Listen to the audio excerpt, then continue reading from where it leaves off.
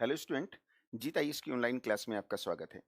देखिए, आज उत्तराखंड हिस्ट्री में मेरा 5वां लेक्चर है और उसमें बहुत ही इंपॉर्टेंट टॉपिक है, वो है चंदवंश। तो आज हम चंदवंश को डिस्कस करेंगे और इससे संबंधित जितने भी इंपॉर्टेंट क्वेश्चन हैं, लास्ट में एक पीडीएफ फाइल के माध्यम से मैं आपके साथ डिस्कस करूंगा। जनरली आप देखते हैं कि पता ही नहीं लगता है कि ये क्वेश्चन कहाँ-कहाँ से पूछ लिया। हम देखते हैं कि वनडे के एग्जाम में ऐसे क्वेश्चन पूछ रहे हैं। तो इस तरीके के जो फैक्ट हैं, मैं इस लेक्चर में आपको उन्हें देने का प्रयास करूंगा और मैं साथ के साथ आपको बताता भी चलूंगा। तो आज ये क्लास लेंगे और कल हम चंदों का प्रशासन लेकर चलेंगे, क्योंकि प्रशासन से भी कई बार क्वेश्चन पूछे जा रहे हैं। तो शुरुआत करते हैं। चंदवंश। चंदवंश, देखिए, जो चंदों का जो शासन है, बेसिकली इन्होंने पूर्वी उत्तराखंड में किया। पूर्वी उत्तराखंड अर्थात जो वर्तमान का कुमायूं है, कुमायूं में इन्होंने शासन किया। और इन्हें जो शासन की बागडोर बेसिकली मिली थी, ये कत्यूरियों से मिली थी। कत्यूरियों से मिली।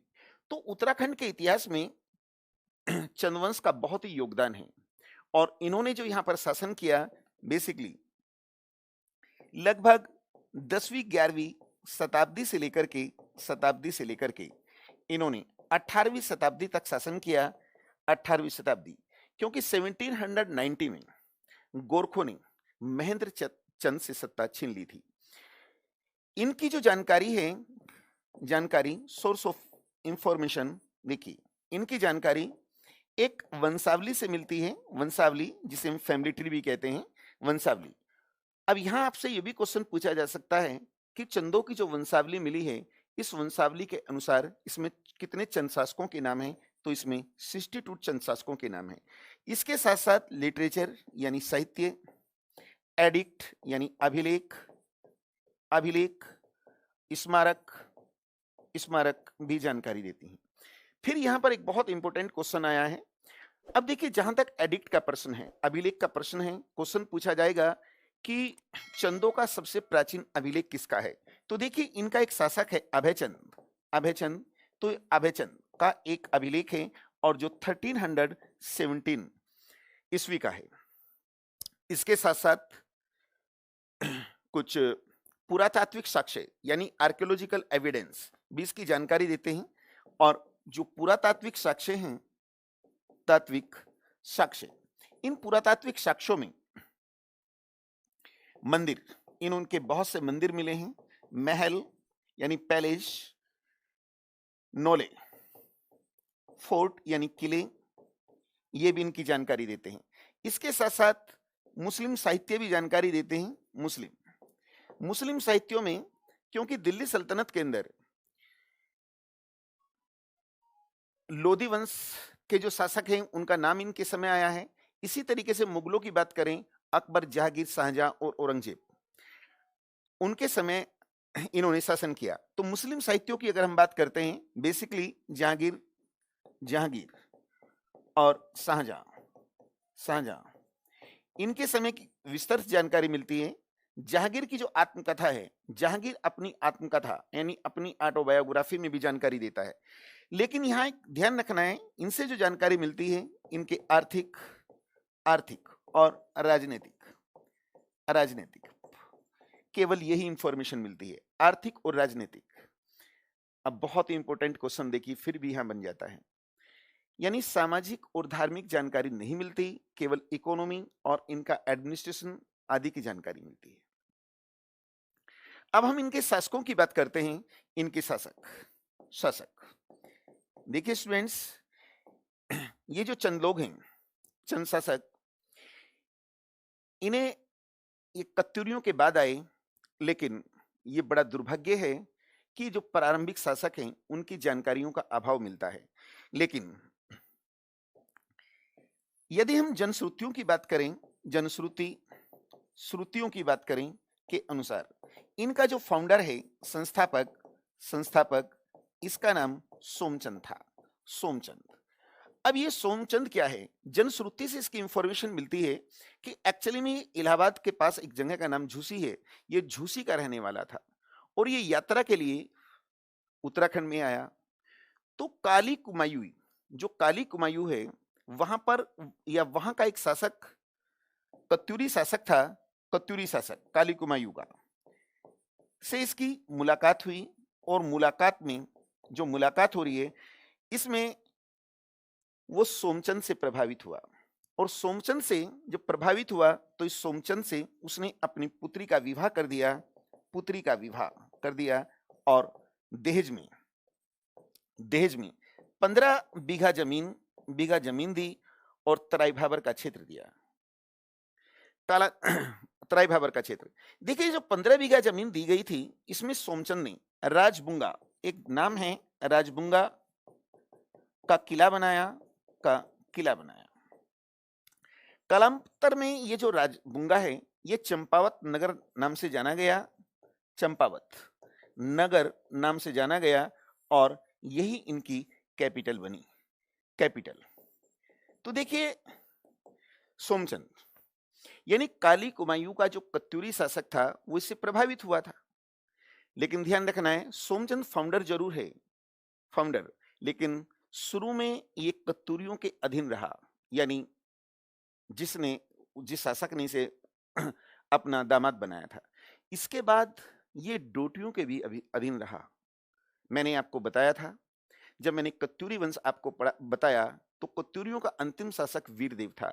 उसके समय राज्य की स्थिति खराब हुई और कत्यूरी जो राज्य था वो सीरा, डोटी, फलदाकोट छोटे छोटे हिस्सों में बट गया था। लेकिन चंद बहुत ही महत्वाकांक्षी थे और अपनी योग्यता, साहस और बल के आधार पर एक दिन इस कुमायूं के स्वामी बन बैठे। तो देखिए यहां पर मैंने आपके साथ डिस्कस किया सोमचंद के बाद जो इंपोर्टेंट शासक हैं उनको डिस्कस करेंगे। अब हम लेकर चलेंगे ज्ञानचंद को। ज्ञानचंद स्टूडेंट्स, ज्ञानचंद इसकी विशेषता यह है, देखिए ये पहला शासक था जिसने दिल्ली सल्तनत के शासकों से संबंध स्थापित किए और इसने फिरोज तुगलक, एफटी का मतलब दिल्ली सल्तनत का एक शासक था तुगलक वंश का जिसका नाम फिरोज तुगलक था। फिरोज तुगलक से इसने मुलाकात की। एक्चुअली में फिरोज तुगलक के लिए ये बहुत से गिफ्ट आदि लेकर गया था। उसके पीछे उनसे अच्छे संबंध स्थापित करना, क्योंकि इससे मुलाकात इसलिए कर रहा है, ये जो तराई भाबर का क्षेत्र है, तराई भाबर का क्षेत्र यहाँ बेसिकली रोहेले यहाँ लूटपाट करते थे, लूटपाट। तो ये जो तराई भाबर का क्षेत्र रोहिलों के पास था ये इसे लेना चाहता था। फिरोज तुगलक ने यहाँ तराई भाबर के क्षेत्र में इसे ये बेसिकली ये जागीर दे दी और फिरोज तुगलक इससे इतना प्रभावित हुआ कि फिरोज तुगलक ने इसे गरुड़ का एक टाइटल यानी गरुड़ की उपाधि दी। तो क्वेश्चन पूछा जा सकता है कि गरुड़ की उपाधि किसने दी थी। अब इसके बाद हम लेकर चलेंगे रतनचंद।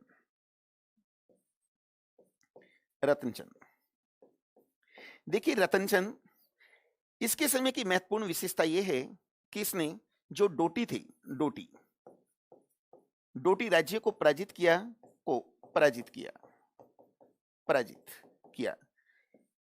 यहां पर मैं आप लोगों को यह बताना चाहूंगा, बहुत इंपॉर्टेंट क्वेश्चन है जैसे, और ऐसे क्वेश्चनों को हम बेसिकली नजरअंदाज कर देते हैं। इसने डोटी राज्य को पराजित तो किया कि वो कौन सा चंद शासक था जिसने कत्यूरी राज्यों को डोटियों से स्वतंत्र कराया था। तो देखिए इससे पहले एक शासक आता है भारती चंद। ये भारती चंद ऐसा शासक था जिसने डोटियों के आधिपत्य को त्याग दिया और चंद जो वंश है या जो राज्य है इसे स्वतंत्र कराया। अब आता है बालो कल्याण चंद। देखिए बालो कल्याण चंद की विशेषता यह है कि इसने जो अपनी कैपिटल है, अभी तक राजबुंगा यानी चंपावत जो नगर है वो राजधानी होती थी, इसने अपनी राजधानी खगमाराकोट को बनाया। मैं माफी चाहता हूं, खगमाराकोट को राजधानी बनाया। अब ये खगमाराकोट जो है ये उत्तराखंड के अल्मोड़ा जिले में है, ये राजधानी। ये तो सब जानते हैं कि खगमाराकोट को इसने अपनी कैपिटल बनाया, लेकिन क्वेश्चन तो वो ये पूछ रहा है कि ये किसकी जो राजधानी बना रहा है ये योजना किसकी थी। वो इसकी योजना के बारे में पूछ रहा है कि जो योजना है ये किसकी थी। तो देखिए यहां एक नाम आता है भीषमचंद। अभी मैंने बताया भीषमचंद, योजना जो बनाई थी ये मैं लिख भी देता हूं, भीषमचंद की थी, भीषमचंद। स्टूडेंट्स, इसके बाद एक बहुत इंपॉर्टेंट एक नाम यहां भी आता है और वो है रुद्रचंद। लेकर चलेंगे रुद्रचंद। देखिए, जो रुद्रचंद है इसने भी मुगलों से अच्छे संबंध बनाने का प्रयास किया और इसने अकबर को भेंट आदि दी और अकबर से मुलाकात की। अब यहीं पर एक क्वेश्चन पूछ रहा है कि अकबर से रुद्रचंद की जो मुलाकात हुई थी वो कहां पर हुई थी। तो देखिए, इसकी जो अकबर से मुलाकात हुई ये लाहौर में हुई, लाहौर, ये लाहौर में हुई रुद्रचंद की। इसने जो तराई भाबर का क्षेत्र है, तराई जो भाबर का क्षेत्र है, चूंकि यहां पर रोहेले लूटपाट करते थे, उसे सुरक्षित रखने के लिए इसने रुद्रपुर नगर बसाया, रुद्रपुर नगर बसाया और यहां पर सैनिक चौकियां बनाई थी। इसकी दूसरी विशेषता यह है कि देखिए, जहां उत्तराखंड के पूर्वी हिस्से में कुमायूं जो क्षेत्र है यहां पर चंदों का शासन है, वहीं वेस्ट की ओर गढ़वाल में उस समय पंवारों का शासन था। दोनों डायनेस्टी एक दूसरे के पैरेलल थी और दोनों में किसी के भी संबंध अच्छे नहीं थे। तो ये पहला शासक था जिसने पंवार राज्य में हस्तक्षेप किया था, पंवार यानी गढ़वाल में हस्तक्षेप किया। अब इसके बाद फिर एक शासक आता है और उसका नाम है लक्ष्मीचंद। लक्ष्मीचंद, देखिए जो लक्ष्मीचंद है इसकी विशेषता यह है कि इसने पंवार राज्य में अभियान किया, अभियान, और इस अभियान में इसकी जीत हुई। तो इस जीत की खुशी में कुमायूं के लोगों में इतना उत्साह था कि उन्होंने इसे दीपावली जैसा त्योहार के रूप में बनाया और जिसे आज प्रत्येक वर्ष एक त्योहार है खतड़वा, खतड़वा, खतड़वा के रूप में मनाया जाता है। इसकी कहानी भी सुना देता हूं मैं। ये खतड़वा त्योहार क्या है? एक्चुअली में जब इसका पंवारों के साथ युद्ध हो रहा था तो पंवारों का एक बहुत ही अच्छा योद्धा, एक सेनापति था जिसका नाम था खतड़वा। तो खतड़वा युद्ध में मारा गया और लक्ष्मीचंद की जीत हुई। तो आज उत्तराखंड के लोग, बेसिकली कुमायूं के लोग क्या करते हैं, घास फूस का एक खतड़वा बनाते हैं और शाम को उसे पुतले के रूप में जलाते हैं, यानी एक जश्न के रूप में होता है। अब इसके बाद फिर एक शासक आता है और उस शासक का नाम है बाज बहादुर चंद। बाज बहादुर चंद बहादुर चंद, देखिए वास्तव में तो इसका नाम बाजा है, बाजा बोलते थे इसे, लेकिन बाज बहादुर चंद अब इसे बोलते हैं। चलो सबसे पहले मैं यही बता देता हूं, जो शाहजहां है, शाहजहां ने इसे बहादुर की उपाधि से सम्मानित किया था, इसे बहादुर की उपाधि से सम्मानित किया। मुगलों से अच्छे संबंध बनाए, शाहजहां से मुलाकात की। शाहजहां से मुलाकात करने का रीजन ये था कि जो कटेहर के हिंदू जमींदार हैं, एक कटेहर के जो हिंदू जमींदार हैं, हिंदू जमींदार बेसिकली ये लूटपाट करते थे, लूटपाट। तो इसके समाधान के लिए शाहजहां से मुलाकात की थी। शाहजहां ने इसे बहादुर की उपाधि भी दी। इसके समय की दूसरी विशेषता यह है कि जो मानसरोवर यात्रा है, मानसरोवर यात्रा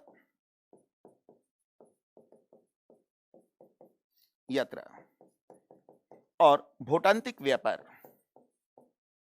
भोटांतिक जो व्यापार है, व्यापार एक्चुअली में मानसरोवर यात्रा को जो लोग जाते थे, एक जाति थी यहाँ पर हुणी, बहुत ही खतरनाक लोग थे, वो उन यात्रियों को लूटते थे। इसके साथ साथ भोटांतिक व्यापार को भी लूटते थे, तो इससे व्यापार प्रभावित हो रहा था। तो इन दोनों की सुरक्षा के लिए इसने हुणियों का दमन किया था, हुणियों का दमन किया। देखिए इसके समय क्या हुआ, 1658 और 59 की बात थी। इसके समय एक मुगलों में उत्तराधिकार का युद्ध हुआ था, उत्तराधिकार। एक्चुअली में शाहजहां के 4 पुत्र थे, उसने अपने बड़े बेटे दाराशिकों को उत्तराधिकारी चुना, लेकिन उसके अन्य पुत्रों ने इस चीज को स्वीकार नहीं किया परिणाम स्वरूप उत्तराधिकार का युद्ध हुआ और इस उत्तराधिकार के युद्ध में औरंगजेब की जीत हुई।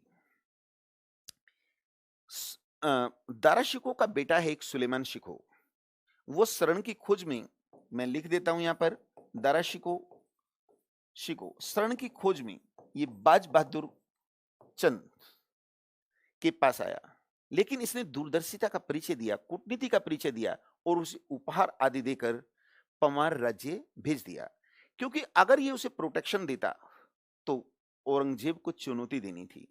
और देखिए, जब ये सुलेमान शिकोह उत्तराखंड आता है तो इसी के साथ चित्रकार भी आए थे।